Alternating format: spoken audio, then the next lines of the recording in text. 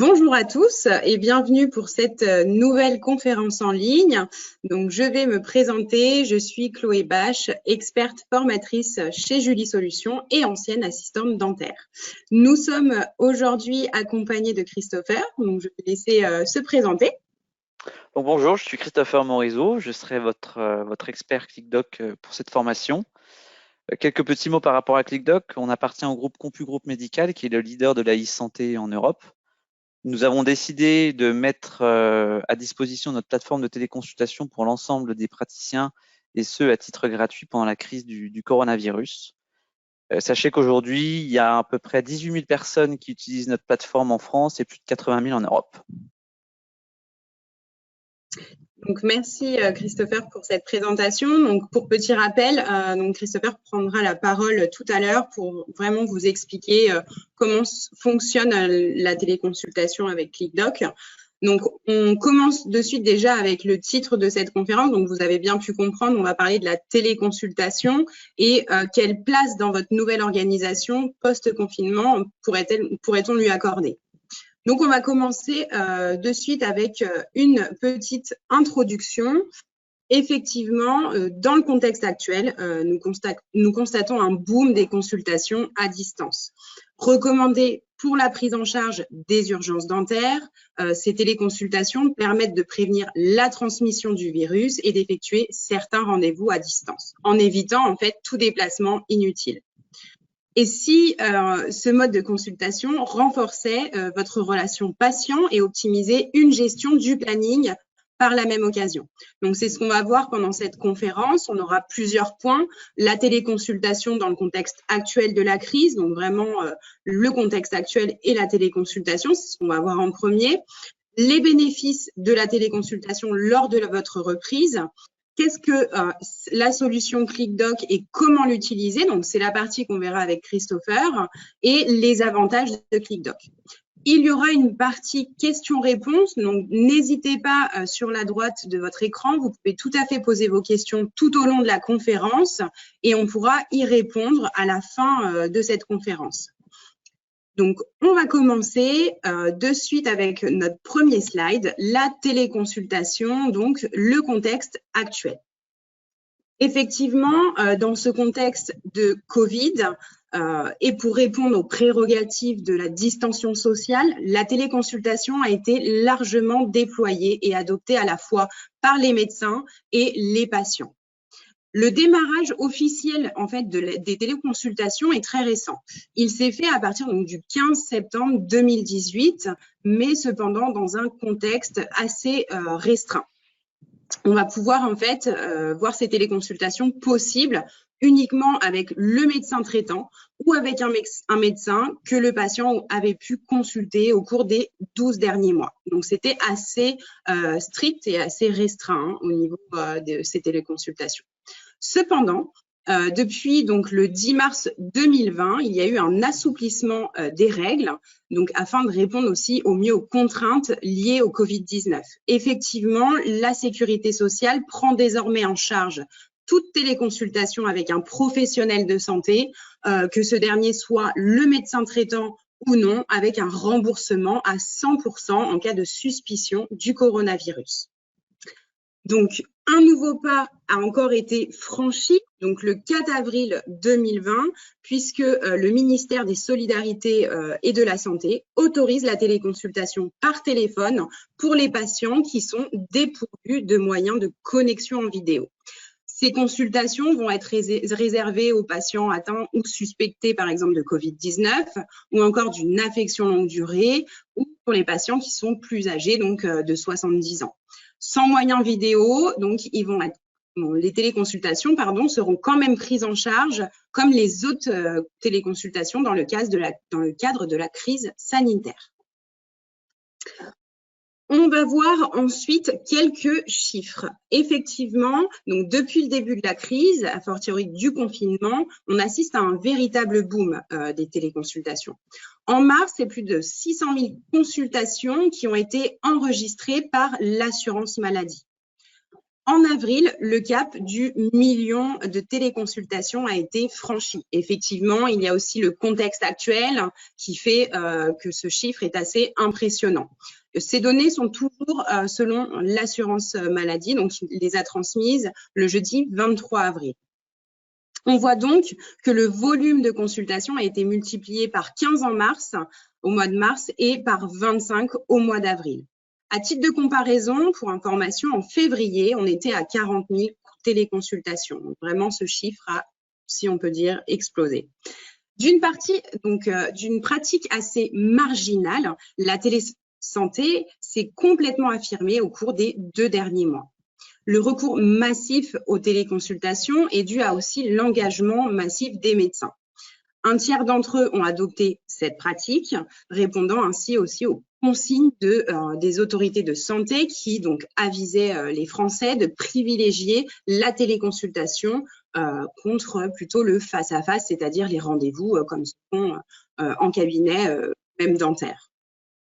La multiplication des téléconsultations confirme aussi une tendance de fond, l'intégration des outils numériques dans le parcours de santé. Effectivement, elle est aussi recommandée, cette téléconsultation. On va voir donc au sein de la profession dentaire comment vous pourriez la mettre en place et pour quel type de rendez-vous. Dans le système de régulation des urgences dentaires, par exemple, donc mis en place par l'Ordre national des chirurgiens dentistes, il va être recommandé de pouvoir faire de la téléconsultation pour les prises en charge d'urgence, si possible à distance. Donc, bien sûr, on ne parle pas d'urgences pour lesquelles vous devez appliquer un acte. Mais par exemple, les urgences, par exemple, relatives aux urgences bucco-dentaires, qui ne nécessitent pas d'acte thérapeutique immédiat, vous pourrez toujours faire appel justement à la téléconsultation. Ça peut être aussi pour un renouvellement d'ordonnance, donc l'envoi d'ordonnance, ça vous pourrez le faire par le biais de la téléconsultation. Il faut savoir que cette téléconsultation qui est recommandée, qui a été recommandée lors de l'élaboration du protocole de prise en charge des urgences dentaires, il y a eu un guide donc de référence et ce guide avait pour titre « Recommandations d'experts pour la prise en charge des patients en cabinet dentaire de ville au stade 3 de l'épidémie du Covid-19 ». Donc, au stade 3 de l'épidémie du Covid-19, il est recommandé effectivement pour les cabinets dentaires de ville d'appliquer ces mesures. Donc, la téléconsultation, si elle est possible. Cette téléconsultation a pour but aussi et objectif d'éviter un maximum d'engorgement des urgences médicales et du 15. C'est vraiment la priorité. On va maintenant pouvoir visualiser quelques chiffres ensemble. Juste avant ces chiffres, je voudrais vous rappeler que pour autant, donc cette téléconsultation dans le cadre réglementaire, effectivement sont prises en charge par l'assurance maladie.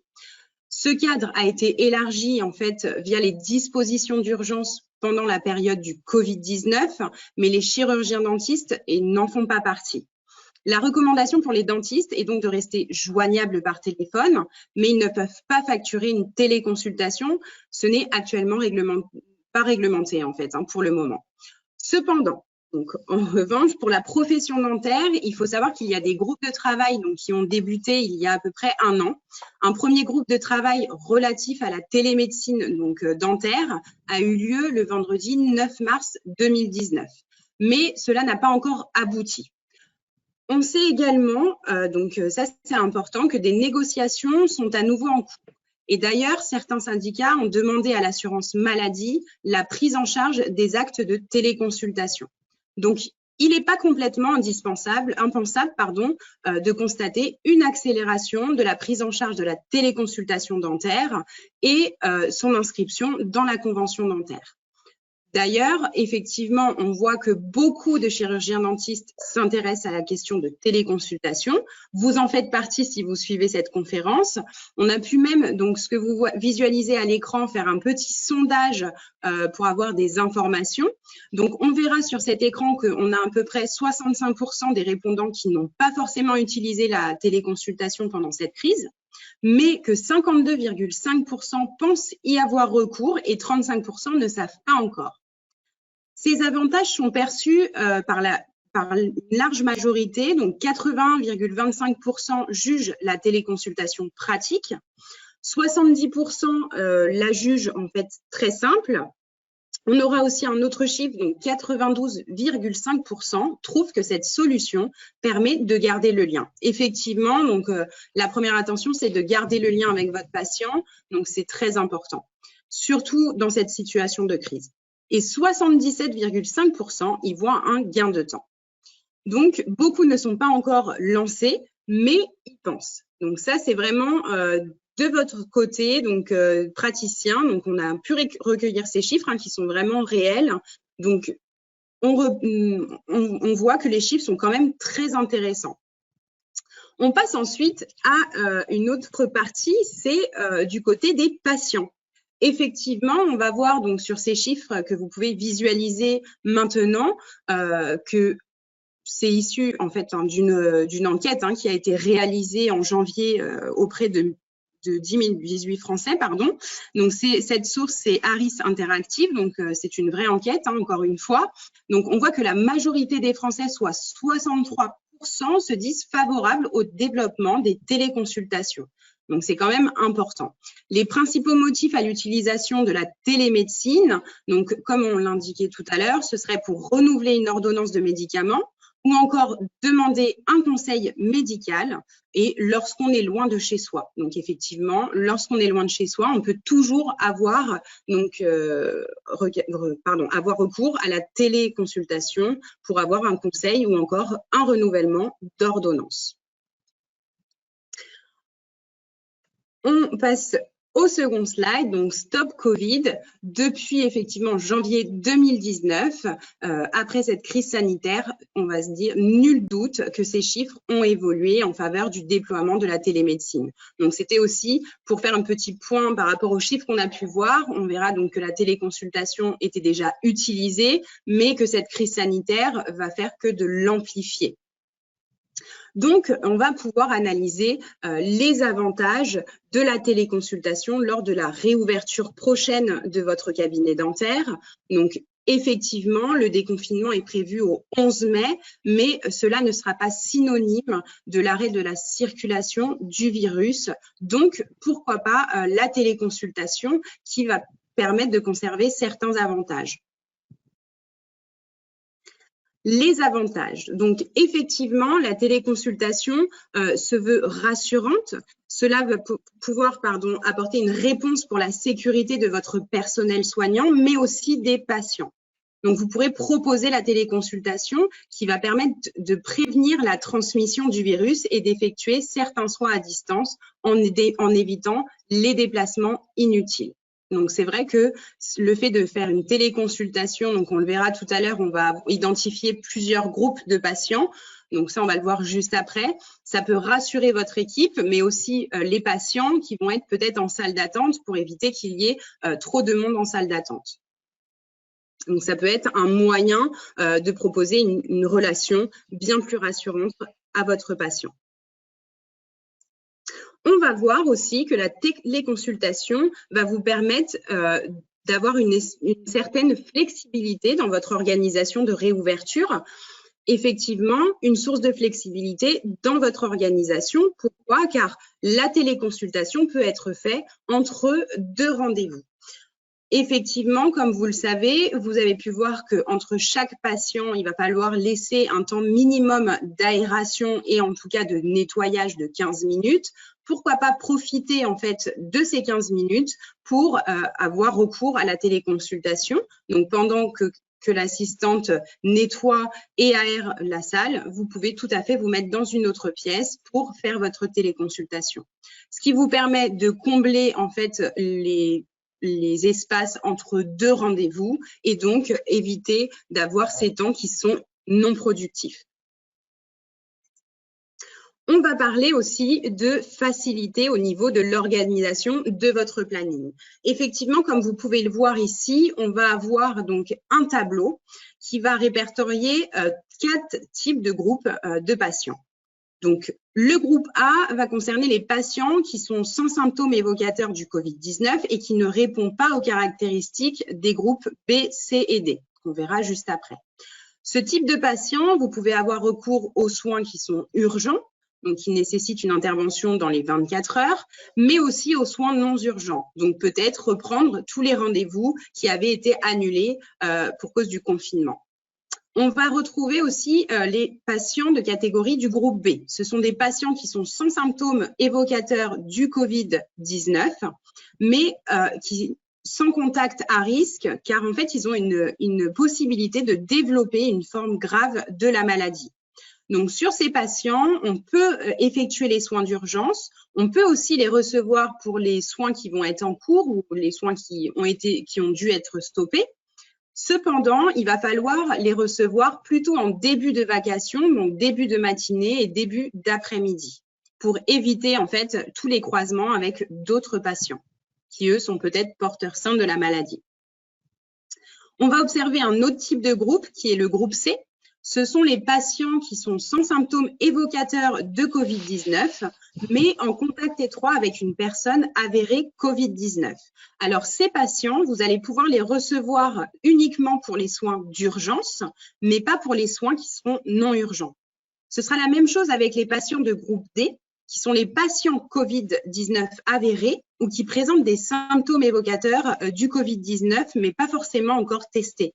Donc, pour ces deux types de groupes, effectivement, s'il n'y a pas besoin de soins d'urgence, c'est-à-dire d'actes chirurgicaux, donc directement en bouche, pourquoi pas avoir recours à la téléconsultation pour éviter en fait que le patient puisse transmettre le virus directement en salle d'attente et donc avoir le recours à la téléconsultation pour ces types de patients. Il est important de catégoriser vos patients. Donc, vous avez pu le voir par rapport à différentes conférences qu'on a pu faire. Il y a un questionnaire à mettre en place pour pouvoir justement distinguer ces patients-là. Et ça va vous permettre de gérer, en fait, donc de vous organiser et de faciliter votre planning. Donc, la téléconsultation, effectivement, on va vous recommander de la mettre en place lors des moments de désinfection ou soit de vous bloquer des créneaux spécifiques à la téléconsultation. Et donc, les bénéfices de cette téléconsultation lors de votre reprise.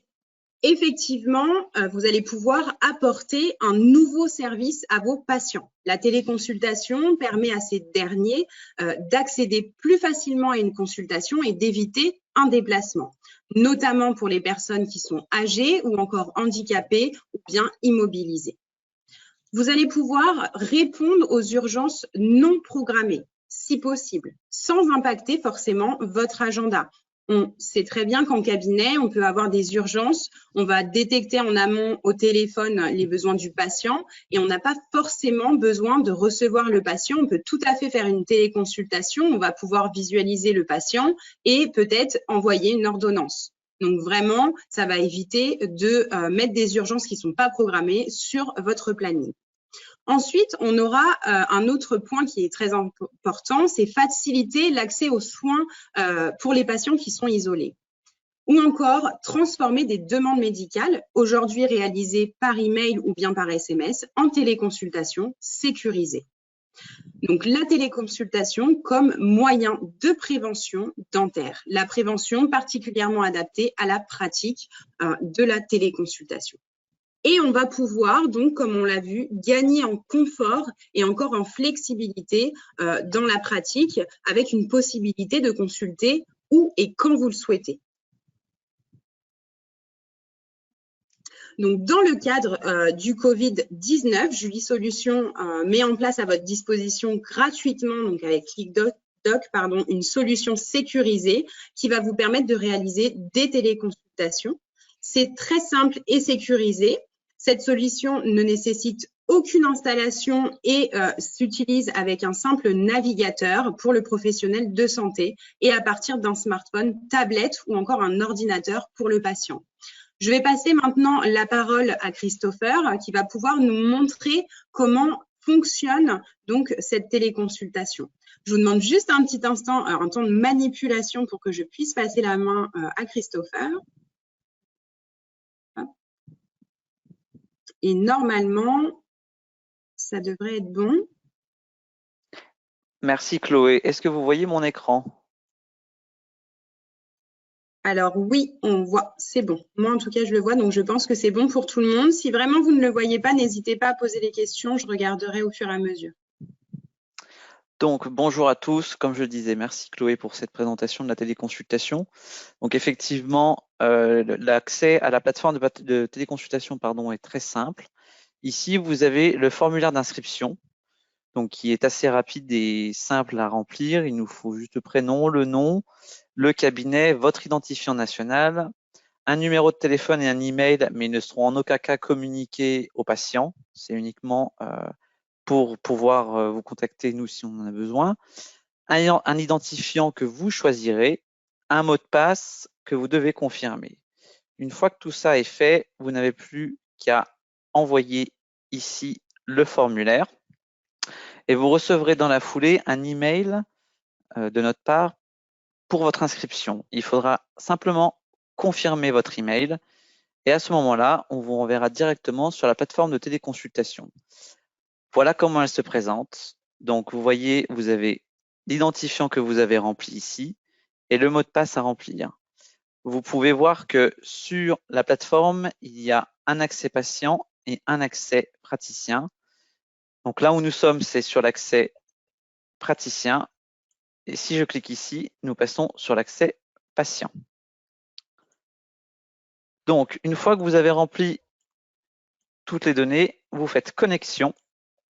Et là, il y a une clé sécurité qui va se créer afin donc de sécuriser la plateforme. La plateforme va vous proposer de faire des tests Internet pour voir si votre connexion est bonne. Donc, vous cliquez ici, vous verrez qu'il y a soit un Gugus vert, un smiley vert, c'est-à-dire que la connexion est bonne et vous pouvez donc l'utiliser sans problème. Si vous avez un petit Gugus orange, ça veut dire que la connexion est moyenne et s'il est rouge, ça veut dire que vous aurez certainement des coupures lors des téléconsultations. Donc, assurez-vous bien effectivement d'avoir quand même au moins un Gugus vert ou orange. Ici, vous pourrez cliquer, vous pourrez voir si votre webcam fonctionne. Alors, dans mon cas, elle ne fonctionne pas parce que la webcam est déjà utilisée pour le webinar. Mais normalement, vous aurez un petit carré ici en voyant votre visage si tout fonctionne bien. Et ensuite, ici, vous pourrez faire le test du microphone. C'est pareil, je ne vais pas le réaliser parce que ça peut faire doublon, mais si vous cliquez, vous parlez pendant 2 secondes et après, vous avez un écho pour voir si tout fonctionne bien. Voilà pour ce qui est des tests du système. En ce qui concerne directement la fonctionnalité de notre plateforme, en fait, c'est le praticien, donc vous, qui donnez accès au patient. C'est-à-dire que le patient n'a pas à télécharger d'application, il n'a pas à s'inscrire où que ce soit, c'est vous qui lui donnez la main directement. Pour ce faire, vous allez ici sur le petit onglet Code d'accès.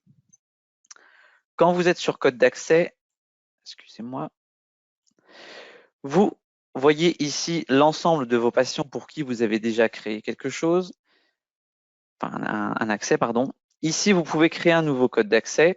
Vous cliquez sur Nouveau. Vous rentrez le prénom et le nom du patient. Donc, on va dire que j'ai un patient qui s'appelle Jean Petit. Vous cliquez sur Suivant validité. Là, ça va être la création du lien. En fait, pour se connecter, le patient va recevoir soit par SMS, soit par email un lien qui lui permet, qui le renvoie directement sur la page qu'on a vue au début, c'est-à-dire la page d'inscription, pas la page d'inscription, pardon, la page de connexion avec un mot de passe. Donc là, je clique sur suivant. Vous voyez que le code d'accès a été créé. On me demande si je veux envoyer le code d'accès. Je clique sur oui. Là, vous rentrez directement le numéro de téléphone ou l'adresse email du patient, donc ce qui est préférable pour lui. Comme l'expliquait tout à l'heure Chloé, la plateforme fonctionne aussi bien sur tablette, sur téléphone ou sur PC, donc c'est à définir avec lui. Vous rentrez ses coordonnées et là, vous pouvez ajouter le jour et l'heure du rendez-vous en cliquant ici. Vous cliquez sur rendez-vous. Admettons que j'ai rendez-vous, je veux avoir rendez-vous avec mon patient le 11 mai à 14 h. Et voilà. Et après, vous n'avez plus qu'à envoyer le code. Une fois que le code sera envoyé, vous verrez votre patient apparaître dans la liste des codes d'accès. Si vous souhaitez le contacter, en fait, c'est au patient de se connecter. Donc là, on va faire un test avec Chloé directement, que je vais laisser se connecter à la plateforme pour qu'on puisse faire un test. Donc, moi, j'ai reçu un SMS. Bon, je ne sais pas si vous pouvez visualiser sur mon téléphone. Donc, je vais cliquer sur le lien. Je vais mettre mon prénom. On me demande de mettre mon prénom et mes informations, prénom et nom. D'accepter les conditions et de démarrer la session. Et moi, de mon côté, si vous voyez à nouveau mon écran, vous voyez que j'ai eu un petit son qui m'a prévenu que quelqu'un était rentré dans ma salle d'attente virtuelle. Si je clique sur la salle d'attente virtuelle, je vois que Chloé est connectée. La petite caméra est verte, ça veut dire que tout est fonctionnel. Je vais donc lancer l'appel. Il y a des chances qu'en lançant l'appel, il y ait un écho, mais je vais pouvoir comme ça avancer un peu plus dans la démonstration.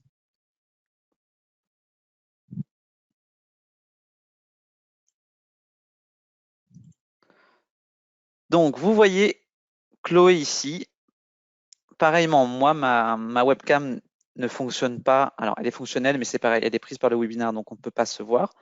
Et vous verrez ici que vous avez différentes petites options que l'on peut utiliser, bien sûr, pendant la téléconsultation. Donc, on va les regarder un par un. Alors, ici, vous pouvez faire un partage d'écran quand vous êtes de PC à PC. C'est-à-dire que vous pouvez soit un confrère, soit un patient, partager votre écran. Ici, vous pouvez envoyer des fichiers. Donc là, par exemple, je vais envoyer à Chloé une ordonnance. Voilà, on me dit, attention, vous êtes prêt à télécharger l'ordonnance? Oui. Et là, normalement, du côté de Chloé, elle doit recevoir donc un petit document où il y a simplement écrit ordonnance. Donc, vous pouvez partager tous les fichiers que vous souhaitez directement avec vos patients pendant la téléconsultation. Ici, vous pouvez écrire des messages aux patients s'il y a un problème de connexion ou si vous voulez lui transmettre une information par écrit. Ici, vous pouvez ajouter quelqu'un à la téléconsultation, que ce soit un patient ou un confrère. Donc, si c'est un patient, vous allez le chercher directement dans votre salle d'attente. Si c'est un confrère, c'est une option que vous trouverez directement dans les contacts. Ici, vous pouvez soit utiliser votre micro ou non. Ici, vous pouvez couper votre caméra ou non. Et enfin, ici, c'est le mode plein écran. Lorsque vous avez fini votre téléconsultation, vous pouvez raccrocher directement ici, comme ça. Donc là, je raccroche, je coupe la téléconsultation. Oui. Chloé est toujours dans la salle d'attente, mais la communication de la téléconsultation a été coupée. Voilà. Et vous pouvez donc répéter ça à chaque fois pour vos différents patients, autant que besoin, autant que vous en avez besoin. Il n'y a pas de limitation de téléconsultation par jour ou d'autres freins. Ici, vous voyez que vous pouvez rentrer des contacts. En fait, ce sont des contacts, c'est des confrères que vous pouvez rentrer si vous souhaitez échanger avec eux directement. La salle d'attente, nous l'avons vu. Le code d'accès, nous l'avons vu. Ici, vous avez le profil, c'est-à-dire vous avez les informations que vous avez rentrées lorsque vous vous êtes inscrit sur notre plateforme. Ici, les paramètres, soit vous voyez visibilité dans la recherche des contacts. C'est en cliquant oui que vous pourrez rechercher vos confrères dans les contacts. Voilà pour l'ensemble des fonctionnalités de notre plateforme. Comme vous l'avez vu, c'est très simple d'utilisation. On l'a vraiment, on va dire, dessiné et voulu simple pour la plus grande majorité, aussi bien des praticiens que des patients. On est conscient que tous les patients ne peuvent pas télécharger une application forcément selon l'âge qu'ils ont. Donc ici, ils n'ont juste un lien à cliquer et à se connecter. Pour information, pour l'aspect sécuritaire de la plateforme, notre plateforme a été référencée par le ministre de la Santé. Sur les 180 plateformes disponibles, on est l'un des seuls acteurs à avoir la note maximale de 10 sur 10 en termes de sécurité. Nos serveurs sont hébergés directement par CompuGroupe Médical, qui est une société qui est reconnue par le ministère de la Santé pour aussi bien stocker ou échanger les données. Et par rapport à la téléconsultation, en fait, il n'y a aucun stockage de données entre le téléconsulté et le téléconsultant. Donc, comme ça, les données, il n'y a aucun souci de sécurisation par rapport à ça. Voilà, j'espère que j'ai répondu, pas encore à toutes vos questions, mais que j'ai pu vous présenter le produit de manière simple et le plus poussé possible. Je laisse Chloé reprendre la main. Oui, merci Christopher, c'était très intéressant et oui, ça a l'air très simple en tout cas d'utilisation. Je vais juste repartager donc mon écran. Donc d'autres questions, vous pouvez nous les poser directement sur le site, donc Julie Solutions officielle, donc Facebook, le site Facebook, ou encore sur notre forum, donc Julie Solutions. Pour participer aux prochaines conférences, donc je vous ai montré, vous avez un accès très simple directement sur notre site internet et vous pourrez retrouver les conférences en ligne qui ont déjà eu lieu. On vous remercie d'avoir participé à cette conférence. J'ai plus de questions. Merci Christopher de nous avoir présenté cette solution de téléconsultation. Merci à vous, merci à tous les praticiens pour votre écoute et bon courage pour la réouverture de vos cabinets lundi. Effectivement, on vous souhaite bon courage pour cette réouverture de cabinet. Donc, si vous souhaitez avoir plus d'informations, n'hésitez pas à nous envoyer donc directement un email à formation@julie.fr. Vous mettez à l'attention de Chloé et on vous répondra. On vous remercie, on vous souhaite une très belle fin de journée, un bon week-end et un bon courage pour cette reprise dès lundi. Bonne fin de journée, au revoir. Au revoir. Au revoir.